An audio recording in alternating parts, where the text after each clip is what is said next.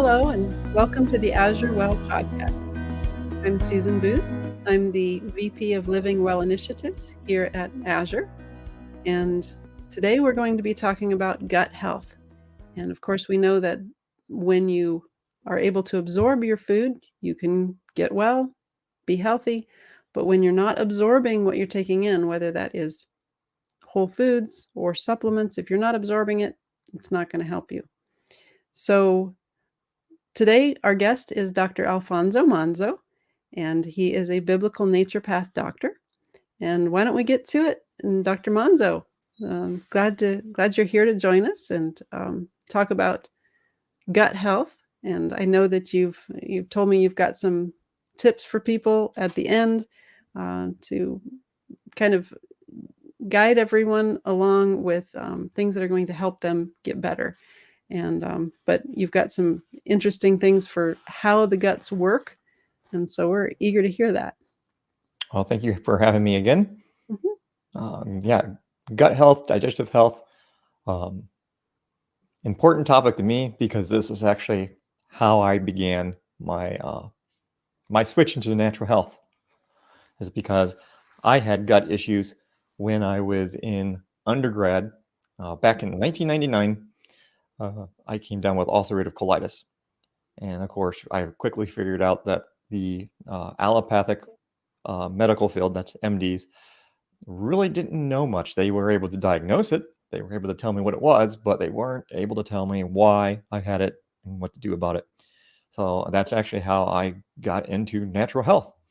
Because before that, it was electrical engineering and ministry. And after that, I decided, well, my ministry will be as a naturopathic. And so this is what got me into the profession. So there's so much to say about digestion and health of the gut. And of course, we don't want this to be like a 5-hour marathon on the gut. So we're just going to give you very basic understandings. And it's really all you need to know is the basics of the gut. So don't worry, we're not going to, go into a anatomy physiology class or anything like that. But there's some important things to understand about the gut. So digestive health, wellness begins in the gut. Yes, it does. So this is what we're going to cover today. We're going to cover the basics of the digestive system, causal issues to what creates an unhealthy digestive system, some healthy lifestyle tips, and then, of course, what are some support supplements that you can use to help with digestive wellness. So the first one is the digestive system itself. What is it? The basics. Well, this is the basics. Digestion begins in the mouth and ends in the toilet. If you weren't aware of that, and interesting enough, we have this whole digestive tract, and it's kind of interesting to think of whatever goes into the digestive tract, into the mouth, and then out, is actually in the body, but not in the body, because it's actually a self-contained system that has to break down all this food and then absorb it and then get it into the body. Until it actually absorbs it and gets it into the cells, it's just actually in a digestive tract that is actually in the body but outside of the body in a way. Kind of interesting perspective to think about it that way. So there are 7 main sections or organs to the digestive system. And when you have one organ or more working together, we call that an organ system. Okay, so here you can see on the picture, you have things like the stomach and the liver and the small intestine and the large intestine. Those are all separate organs, but all together it's called the digestive system. And what does it do? Well, the main thing it does is digestion involves breaking down your food, separating your nutrients from the waste, absorbing the nutrients, and then eliminating the waste. So 4 basic functions of the entire digestive system. Even though this looks all complicated and there's all kinds of stuff on the screen, it's really those 4 things. We need to break down your food. You need to separate the nutrients from the waste. You need to absorb your nutrients and then eliminate the waste. And it's really that simple. Now we're going to get into a little bit more of what does each specific organ in the digestive system actually do? Okay, well, it starts in the mouth. And in the mouth, you have saliva glands, and of course, you have your teeth. So these saliva glands are making all this saliva and enzymes and signaling. What does that mean? Well, in your mouth is where you get the first signals of what you're consuming. And so if you're consuming foods that are high in proteins, then there's a signal that goes to your body saying, hey, he's eating proteins, start making enzymes for proteins. If you're eating something with a lot of fats, again, the signaling in the mouth is going to signal to the rest of the body, you're eating some fats, we need some fat enzymes that help with digestion. So very important signaling is occurring in your mouth. But the other thing that's really important in the mouth is the breaking down of food by chewing. So, of course, it's very important to chew your food well, which then breaks it down. And then it gets to the next part of the digestive system, which is the stomach. Now, the stomach probably does the most of the breaking down of food. That is where you have the hydrochloric acid being made and your stomach juices. And that is exactly their function, is to break down food. So this is where you have a very acidic organ in the body. And this is where you don't necessarily want your stomach being alkaline. So over alkalizing the body is not a good thing when it comes to the stomach. You don't want the stomach alkaline. You want it very acidic, and to break down all that food. And then that passes it on next to the small intestine.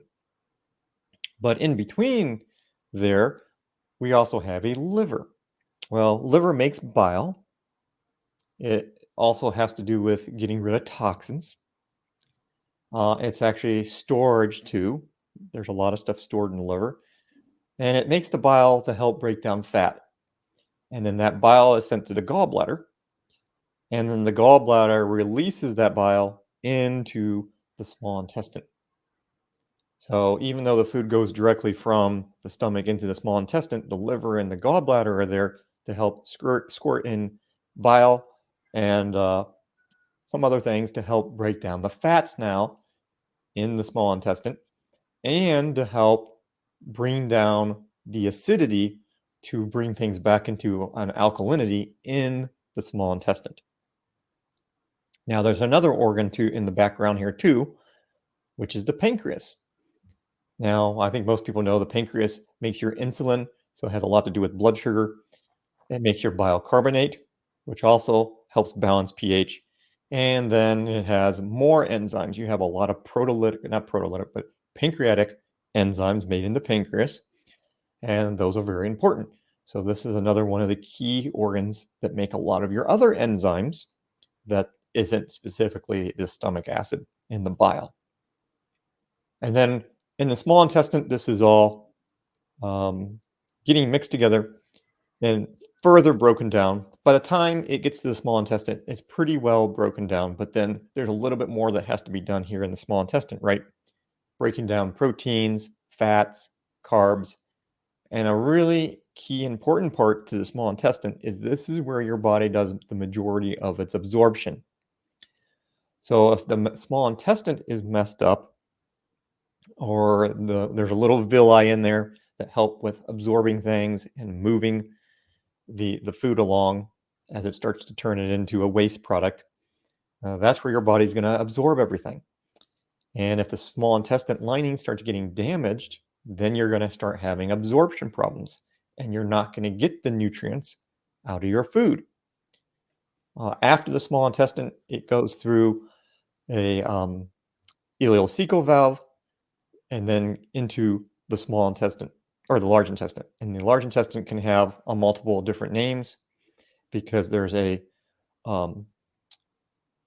ascending colon that comes up, and then there's a transverse that goes across, and then a descending that comes back down. A lot of times when you have the descending colon and you get into what some people call the sigmoid colon, they call it colon instead of large intestine. But technically, it's all one thing there. And you can see I kind of color coded these things for you.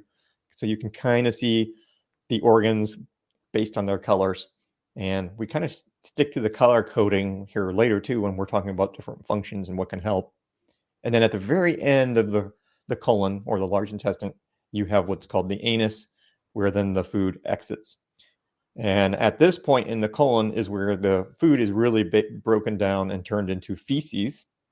And the body absorbs a lot of the water. There are some electrolytes that are absorbed here. You have gut bacteria, a lot of bacteria here that help with breaking things down. And then, of course, the elimination. So there's not really a whole lot of nutritional absorption here. There's a little bit. The main thing here being absorbed is the water. And then actually passing this waste out of the body. So this is another really important thing, that we want the waste getting out of the body, because if it sits here too long, then what's going to happen is it can get reabsorbed into the bloodstream, and you don't want that. So you don't want the toxins getting reabsorbed. You want them to be eliminated. So, well, do you have any questions yet, Susan, about anything? Or do we want to go right into some of the causal issues now that we understand what are the parts of the digestive system? Well, the one question I had is, a lot of people believe that when they have acid indigestion, they have, GERD, the stuff's coming back up. The feeling is that, well, I have too much acid. And so I can take an acid blocker, I can take an antacid, I can do something to make that acid be less. And from what you just described there and what I've learned, that everybody needs acid. Is it just a matter of acid being in the wrong place rather than the amount of acid you have? So this is a really good question, because acid reflux is a big issue.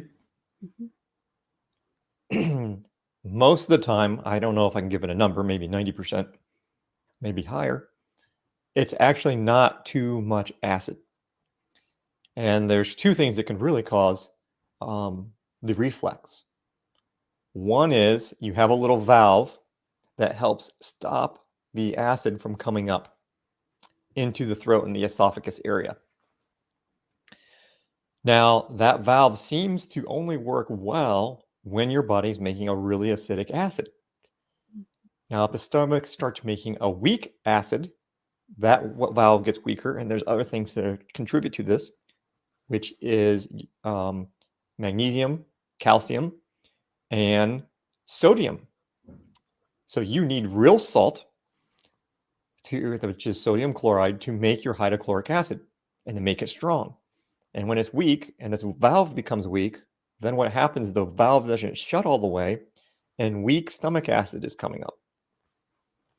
And the problem isn't too much acid. It's the problem is you actually have a weak acid and a weak valve. Now, another problem can be that you actually don't have enough stomach acid, and the food is sitting in the stomach too long and starts petrifying, and then that comes up and starts burning the throat. And of course, the medical community's assumption is you are producing too much acid. And oftentimes that's not the case. Now, once in a while that is, but there's a simple way that some people can test this, and that is the apple cider vinegar test. And what you do is you get like you can get like a tablespoon of apple cider vinegar and take it with your meals. And if that helps, most likely your stomach acid is not acid enough. If this apple cider vinegar makes it worse, then you probably actually do have too much stomach acid. So that's one way to test it. And then that gets into a lot of other things too, like, well, I think we might mention it here in a couple slides. So maybe I shouldn't get ahead of myself, but any other questions on that one? No, not yet. All right. So what are the main causes of health problems with the gut? Well, here we go. Nutritional deficiencies. See, we were just getting to it. So when it comes to the stomach, you need that sodium chloride, real salt, not like imitation, not table salt, real cell salt or Celtic salt or the Baja Gold salt. You need that to make your hydrochloric acid, but you also need magnesium. A lot of functions of the stomach is controlled by magnesium, and you also need calcium. A lot of functions are there, and there's a balance between magnesium to calcium you need too. Most of our society over pushes the calcium and not the magnesium, understanding that you need a lot of magnesium to handle the calcium. So if you overdo it on calcium without magnesium, you're going to have some problems. But these are really important for your body to actually start making the stomach acid. And if you're not making stomach acid, well, now you're going to have more problems. So you can see that's number 2 on the list. Lack of enzymes, the lack of hydrochloric acid, which is the main acid in your stomach, and the digestive juices. If we're low in enzymes, we can't break down our food. And that's the first process of the stomach. If you can't break down the food, you can't get the nutrients out, and then you can't absorb them. So now you're going to have nutrient deficiencies. Another thing is bad foods.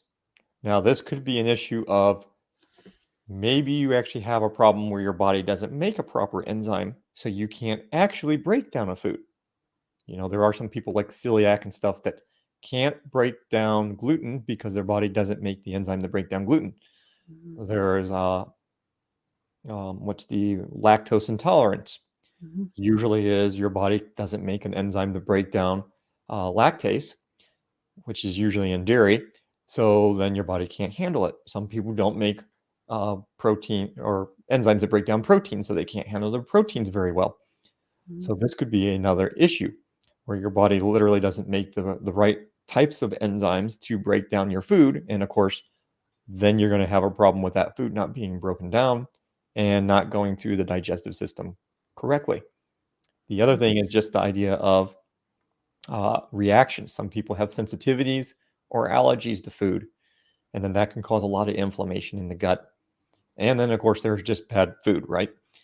And I describe bad food as food that God didn't intend us to eat, right? It might not even be listed as bad food in the Bible, although the Bible does give us some indication on what is food and what is not food.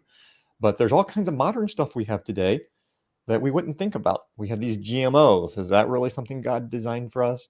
We have the overspraying of pesticides in our foods. We have the refortifying of our foods, usually with synthetics. And then we have all this junk stuff that's, that you can find in the store that comes out of a box and doesn't resemble anything in nature. So we have a lot of this eating the wrong types of foods can be a health problem. Another issue is the terrain. So terrain first. So in naturopathic medicine, naturopathy, this is one of the number one teachings. This kind of came from the naturopaths in some ways, is the terrain theory. They used to call it a theory. I don't know if it really is a theory. Unfortunately, it still seems like it is. And that is what really causes the health issues. Well, it's the terrain of the body. And when the terrain breaks down, then the bad guys move in. So let's think of it as a nice clean house. If you have a nice clean house, you usually don't get cockroaches and flies and rodents running around. But if the house gets dirty, those guys move in to do their job. And their job is to clean up the trash, basically. So it's the same thing that's true in the body. If our terrain gets toxic and the body gets overly toxic, then you start having parasites and funguses and bacteria move into the body. And then that moves into the next category, which is the microbiome. We have good and bad bacteria, and you're supposed to have a majority of good bacteria in your gut, which does something very similar to what good bacteria does in the soil.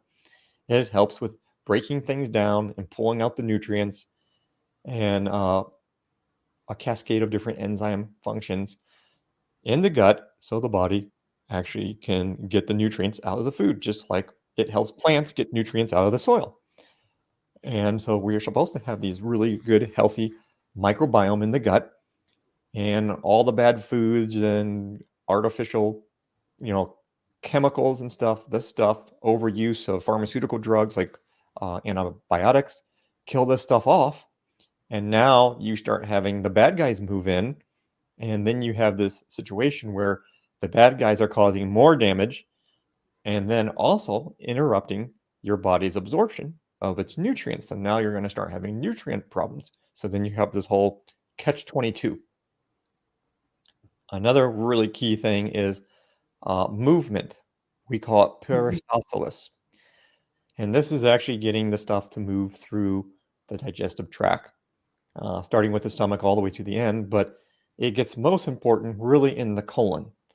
And this is where people can have problems with constipation or diarrhea. One's too fast, one's too slow. And usually with diarrhea, you have something more where your body is telling you there's a bunch of junk or toxins in the gut, in the large intestine, and it's trying to flush it out. And the idea isn't really we want to stop the diarrhea as much as we want to help the body get the stuff that's not supposed to be in there out and get the irritation out of the colon. Because a lot of times in allopathic medicine, the approach is completely the opposite. It's come against the body and force the body to stop doing something instead of understanding why are you having diarrhea? Well, it's very clear there's something your body wants out and it's not effectively cleansing it out. So you might need to do something to get it out better. And then constipation is the opposite side of that coin that's really bad. And that is you're just not going enough. And if you have a good sized meal, you should be going at least once per good sized meal. So, if you eat like a bird, then maybe you should only be going like a bird. But if you eat like a man and you're having 3 big meals a day, you probably should be going 3 times a day. And, most people are lucky if they go once a day. And then we see the people who say, oh, I only go once every couple of times a day or once a week. And I'm like, oh, boy, you're going to be having some problems. And that can even get to mental emotional. You might even see the personality starts to change because it's going to start, you're going to start absorbing toxins in the gut that are sitting there too long. Oh. There's going to be a cascade of events affecting your hormones and all kinds of things, lack of nutrition.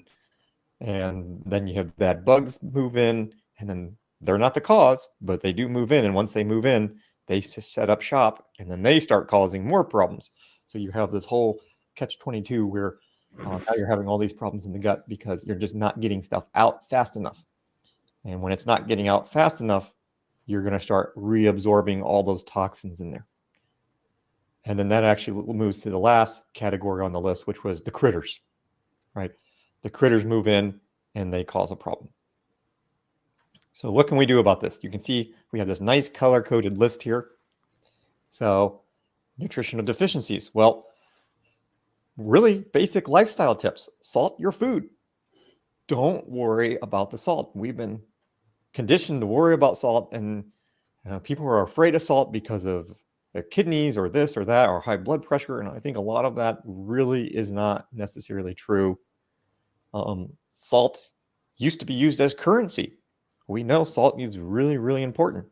And of course, what happens? Well, medical system has taught us don't use salt. And now what do you see? You see all kinds of people who have digestive problems because they haven't been getting their sodium chloride to make their stomach acid. Now we have all these people who are having reflux and are on all the anti-acids and all these other things because someone told you not to eat salt. Well, maybe if we do things in balance, we wouldn't have to worry about it. I don't think God messed up and created salt for no reason, but one simple thing, salt your food. Here's another really simple thing. Chew, chew, chew, right? We need enzymes, but before we need enzymes, we need to break down that food as much as possible before it gets to the stomach with your teeth. And in today's world, we have a fast-paced society. So a lot of times we are eating in, well, I don't even know if I would say 15 minutes anymore. Maybe it's 5 minutes. 5-minute break to down your food and on to the next thing. And that's not a great thing. We should be taking time and really making sure we're chewing our food, but breaking it down. And then if needed, taking enzymes then with our meal. Sometimes it's before the meal, sometimes it's after the meal, sometimes it's with the meal. Depends on the different types of enzymes. Usually, it will tell you that on the bottle. Here's another one related to the lack of enzymes. How about no carbonated drinks or alkaline water when you're eating. There is a overemphasis of alkalize the body. But when you're eating, you don't want to do that because you want the stomach acidic. And now you can't say it right once you say it wrong. Carbonated drinks really upset the pH and the function of the stomach. And it can also mess with your minerals there. So it's really better not to drink a lot of carbonated drinks with your stomach because you're going to start getting the opposite effect, where sometimes people like to drink those because they think it's going to help with gas and bloating, especially, or just, I would say, discomfort in the small intestine. And remember, when it gets to the small intestine is when we want the alkaline process to work. And that's a function of the liver gallbladder. So what we really should be thinking of is, how is the function of the liver and gallbladder? Is that the reason why the acidity of the stomach is not being reduced to alkalinity? But to take or drink that along with the meal is a bad idea because it's going to go directly to the stomach, reduce the stomach's pH and acidity, and then we're going to have a bigger problem with breaking down the food. So that's like fast food. When you go get fast food, whether it's, a hamburger and fries or you're getting pizza, the thing that usually comes along with it is the carbonated beverage. But you usually blame the fast food when, hey, the carbonated beverage probably contributed to you not digesting it well. Yes. Now, some cultures are different too.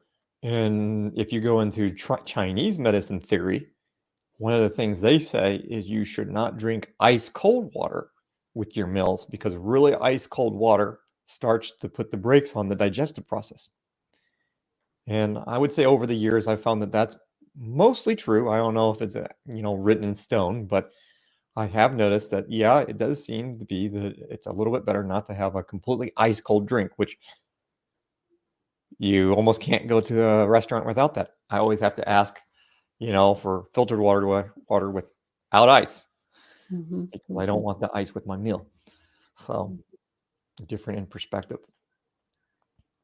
Bad foods or not being able to break down. What can we do with that? Well, here are some simple guidelines. And if you've been around Azure Standard long enough, you probably already know this. But no GMOs, no processed food, fried foods. There were studies on fried foods, and it decreases the lifespan. I think it's something like 20 years. Now, we're talking about extreme fried food eating. So this usually takes place more like in the South, where people eat a lot of fried foods. But fried foods, it's those bad oils, the fried vegetable oils and stuff, really affects the health. And then, of course, now we have to say fake foods. This 3D printing and stuff that really isn't food.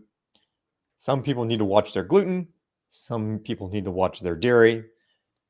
Most people should know. So that gets to the next point, which is learn what your body likes and maintain a good balance. Oops, I'm hitting my mic on accident. There's all kinds of crazy fads out there and diets, and I don't like the idea of diet. I like the idea of lifestyle.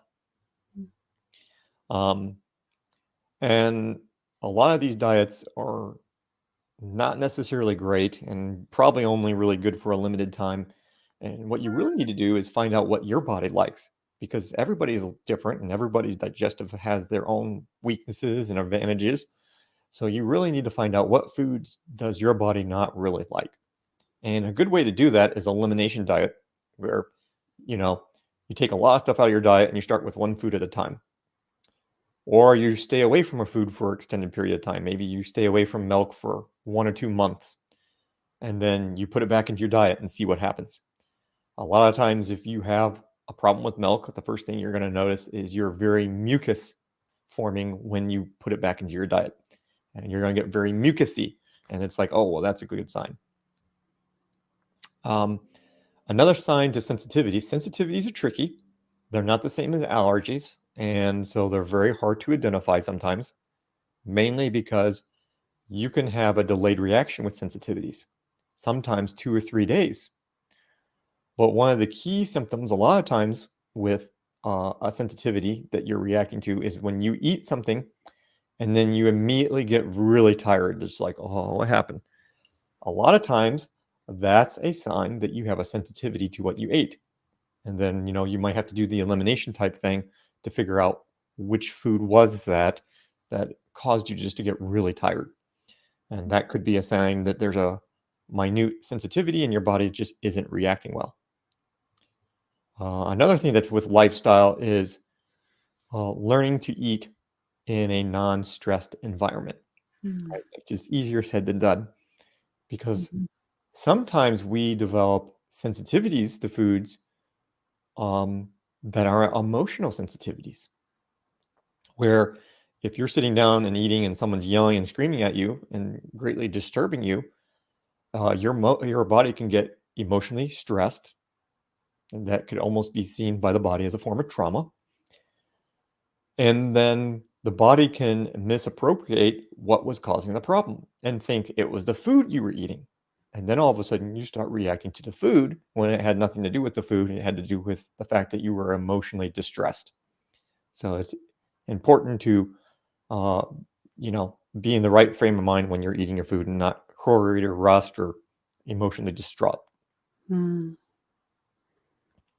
Okay. These are the colors are a little bit out of order here. Well, no, not really. So you have toxins, which is the terrain first, and then the critters, which move in because of the toxins. I made those both red. So you can see one of the simple things to do is do simple cleanses.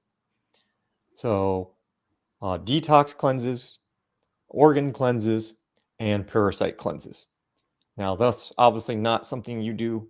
Well, we used to say you don't do this stuff every day. Parasite stuff you don't really do every day.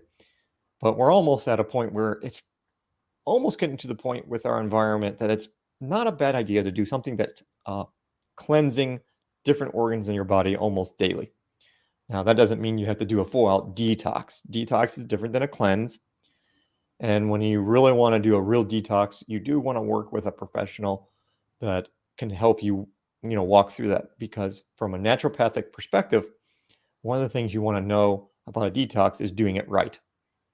And that requires, a good chelator and then binders and drainers. And you might need a methylating formula to help with methylation and getting your proper nutrients. Because when you're detoxing, if your body cannot get the toxins completely out, you're just moving them around in the body. And what happens, you're going to be pulling out all these toxins, and then it's going to go through your 6 elimination channels. And one of those elimination channels is the large intestine. But you also have your kidneys, you have your liver. That's another organ. You have your lungs. And then, what one didn't I say? The skin. Oh, lymph system. The lymph system is a big one.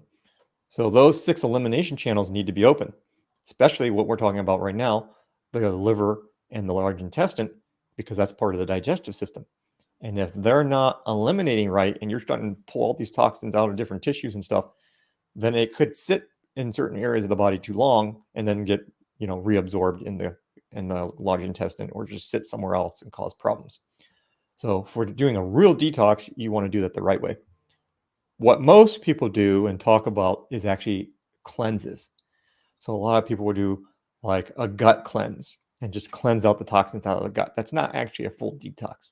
Some people might do a liver gallbladder flush or a liver gallbladder cleanse, where you're just cleansing the liver and the gallbladder. Maybe you're doing a kidney cleanse and you're just cleansing the kidney. And that's usually a safer way to go. And so that's something good to do with the gut, is do something to help cleanse the toxins out of the gut. And then once you're dealt with doing a little bit of a cleanse and maybe a little bit of detox, then you start addressing parasites, because parasites are attracted to all those toxins. So if you try to just go after the parasites first, well, they're just going to keep coming back, because there's this symbiotic relationship that they're actually, a lot of times, the parasites and the fungus and the bacteria are in your body to help clean it up. They're actually there to help clean up the mess. And so you're just going to keep attracting them in the body if you're trying to get rid of them before you actually cleanse the body first.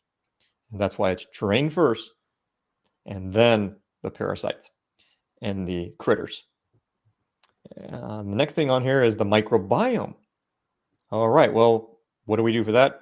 Good gut bacteria. Very simple. You get good bacteria back into the gut, so there's a microbiome. And then lastly is movement, making sure you're moving well. And for that, you need hydration, and actually physical movement helps. But hydration, because the large intestine is going to be absorbing all that water. And if things are sitting there too long, you're going to start losing the water because the body's going to be absorbing and sucking up all that water, and then things aren't going to move as well. So staying hydrated and movement, if you need something to help keep things moving, and adding in fiber, one of the supplements we might recommend, could be very useful for that. Yeah, that was going to be my next question. What can we do? Because you have movement, you have, peristalsis, things like that kind of work on their own. But yeah, I've had personal experience with a situation where, yeah, I was so tired. I just did not move off the couch for a whole day. And that was very, very bad for getting the bowels to move and do what they're supposed to do. And so, yeah, I guess that would be the next question. Aside from those kind of things, what can we do as far as supplements? You already mentioned, like hydrochloric acid that your body uses to break down the food. And I hope this isn't too far of a rabbit trail, but a few years ago, I was supplementing with zinc. And now you've kind of said, well, maybe that probably wasn't what you should be doing. But I was taking this zinc and it was making me nauseated whenever I would take it. And a coworker said, oh, well, that happened to me too. But I started taking hydrochloric acid, and the acid seemed to break down the minerals so that it didn't, make me nauseated.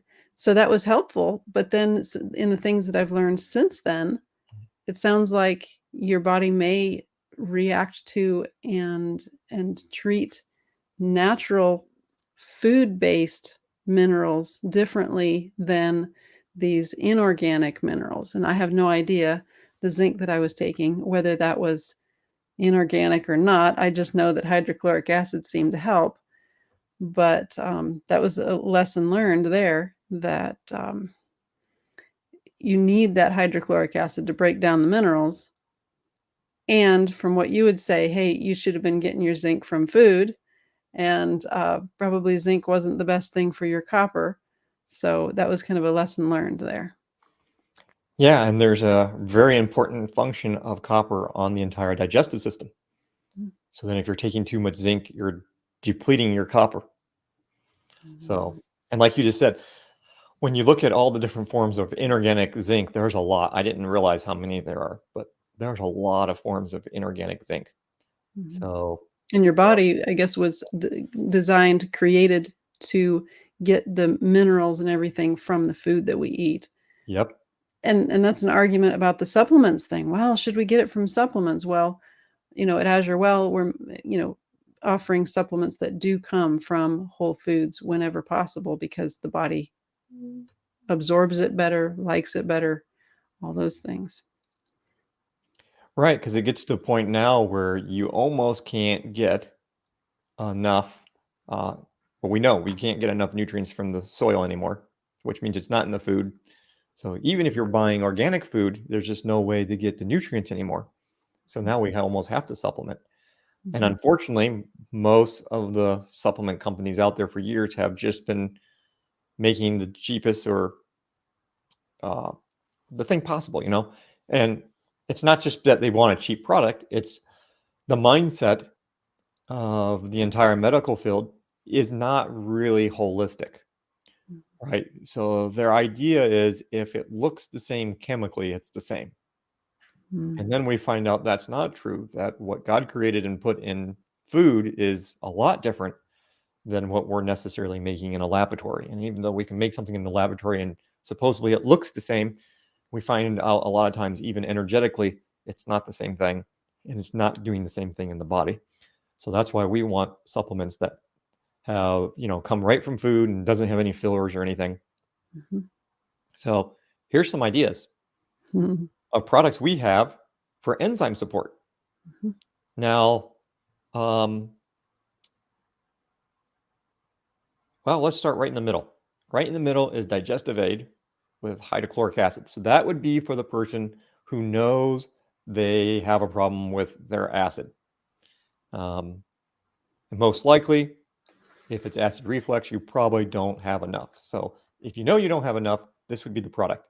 It's a little bit of a broad-based product, but it's really more to give your body the hydrochloric acid if you're not making it. Mhm. Now, if you go up one to the right, you have pepsin, which is hydrochloric catalase. Now, this is an enzyme formula that's designed on more of a naturopathic viewpoint of let's get your body to make its own stomach acid. Now, that's a good principle. However, if you really know you don't have enough hydrochloric acid, it might not be as uh, effective temporarily for the symptom. You might really need that hydrochloric acid to really make a difference. But then eventually you wanted to get into the position of, okay, now we're getting the body to make its own. The next step up is for the person who we really don't have a hydrochloric acid problem. We don't really have a problem with the stomach, and we just want a broad-based spectrum of enzymes. And actually, there's some apple cider vinegar in that one, as well as a broad-based blend of different types of enzymes. So those are enzymes that are going to break down most things that you're eating. So you kind of have a range here of different things, depending on where you think you are at. So for the average person, digestive enzymes every meal is probably a good starting point, Mhm. unless you really know that the stomach acid is the problem. Mhm. Now, to the far left, you have two other types of enzymes that aren't directly related to this. They can cross over a little bit, but you have proteolytic enzymes. Now, there are some other enzymes in there that help with breaking down protein and gluten. But Mhm. usually proteolytic enzymes are more used for cleaning up the body. They're more used for breaking down, uh, I don't know what you would want to call it, deposits or things that aren't supposed to necessarily be accumulating in the body. So it's Mhm. kind of more what we would call a metabolic enzyme to clean Mhm. up the body. Not as much for the gut. Although this formula is kind of more broad-based, so it does cover some functions of the gut, like I mentioned. And Yeah, I then, think we called it dual purpose proteolytic enzymes because yep, if you take it between meals, then those enzymes are gonna go in and kind of clean up the gunk. yes. Whereas if you take it with a meal, it has the enzymes that can help digest your gluten and things like that. So that's why it's dual purpose. It kind of just depends on when you take it. Yes. Now that's kind of true with the every meal enzymes, not to the same level, but to a point where if you take it with meals, it's going to help break down your food. Now, if you're taking it away from meals, it's going to help more with breaking down stuff in the gut. Mhm. So when you have a lot of accumulation and your bowels are slower, that is another way to treat the bowels sometimes is to do high enzymes away from meals to help break that stuff down more and get it moving. Hmm. Okay. And That's then good you to have know. the stomach soothing support. Well, that is obviously when you kind of have like an upset stomach. There's what is it, ginger and fennel in there. There's a few other things, but it's just a nice calming, soothing support for upset stomach. So Nice. those Well, are the enzymes, hopefully or yeah, those are the supplement products for enzyme. hopefully after doing all of those other things, you're not going to need the stomach soothe, but, sometimes that's just maybe just eating during a stressful time, stressful things happening, and you just, ugh, you need something like that, even if you're taking all those other precautions against stomach problems. So, So then another category of products we have is microbiome. hmm, So we have three main products here for the microbiome, healthy gut flora bacteria. Uh, I would say the basic one, a good beginner one, is the multiculture.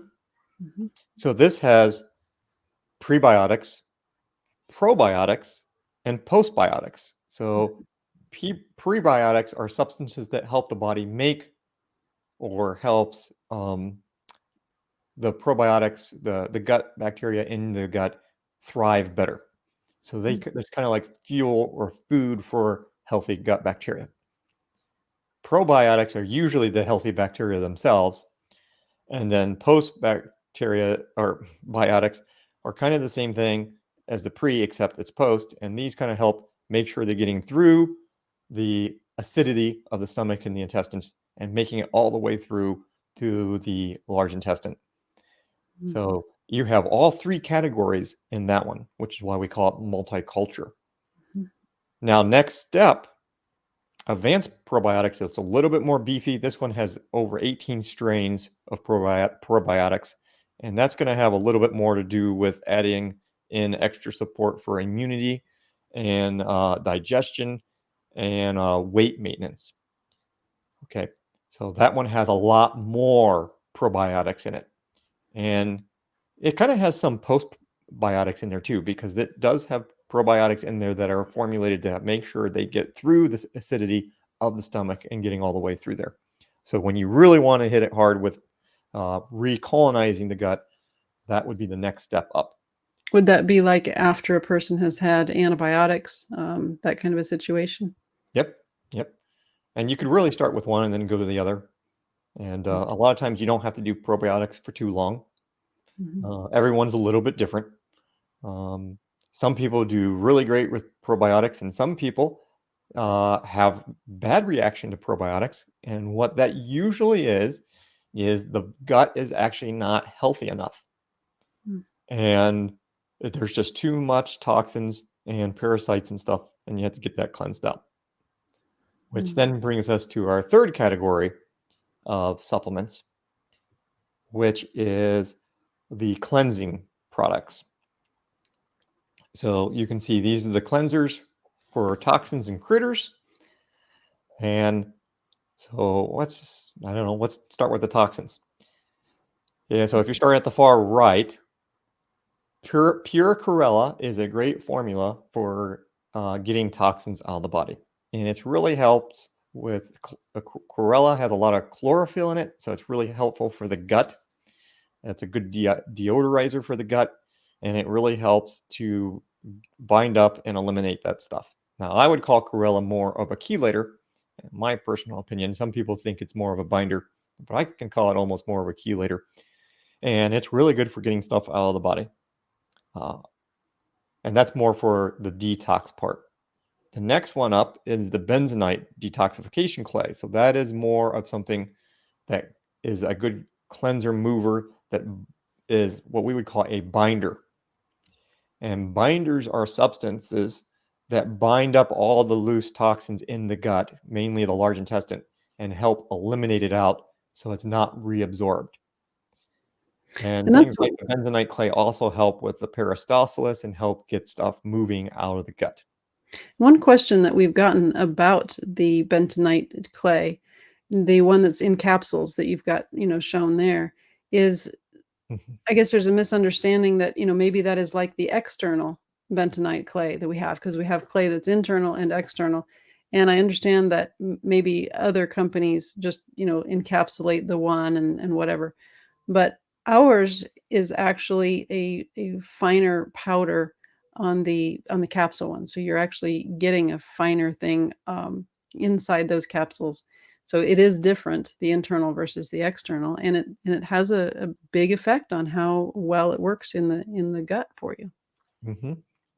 Now, usually when it comes to binders like this, one of the things you do want to make sure you're doing is drinking plenty of water with it, Mhm. because you need plenty of water because it's very absorption. So it's going to absorb a lot more stuff. So you want to make sure you're drinking a lot more water when you take a binder. But that's going to help get things cleaned up. Mhm. And then that leads us to two really cool products for the gut: the Parapunch Mhm. GI Defender and the Katava. Now, the Parapunch is basically, as you can imagine, this one's more for killing off your parasites and funguses and stuff like that. So this is more for doing a parasite cleanse or killer. And you can use it along with the Kajava. And Kajava is a Vedic herb. So that's Indian. It's an Indian herb. So a lot of people have never heard of it, but it promotes intestinal health. It has a very effective cleansing ability, gut mobility, and it's very helpful for the gut flora. And you can look this up. And in India, they use it for all kinds of things: diarrhea, colitis, strengthening the gut, moving stuff through the gut. It really has a broad-based function. So that's just another great one for helping the gut lining and really helping strengthening the gut and getting things moved out. And then if you want to pair it with the Parapunch, that is a really phenomenal formula for getting the parasites and all the different other critters. So that's some of the stuff we have at Azure right now. We have other plans in the future for other great products for the gut, but it takes time to make these things the right way. Yeah. Well, Dr. Monzo, thank you very much, because this kind of information about how to get your guts working is actually foundational, because you can take all the other stuff, you can eat well, you can do this, that, and the other, but unless your guts are working right and absorbing it, it doesn't really matter. So that's right. Coming and telling us about that. And just a reminder to everybody, if you want to see more about Dr. Monzo, his website is drmonzo.com, which is drmonzo.com. And of course, you can see more about our AzureWell products at azurelivingwell.com. So thank you, Dr. Monzo. That was good. I learned something. Thank you for having me.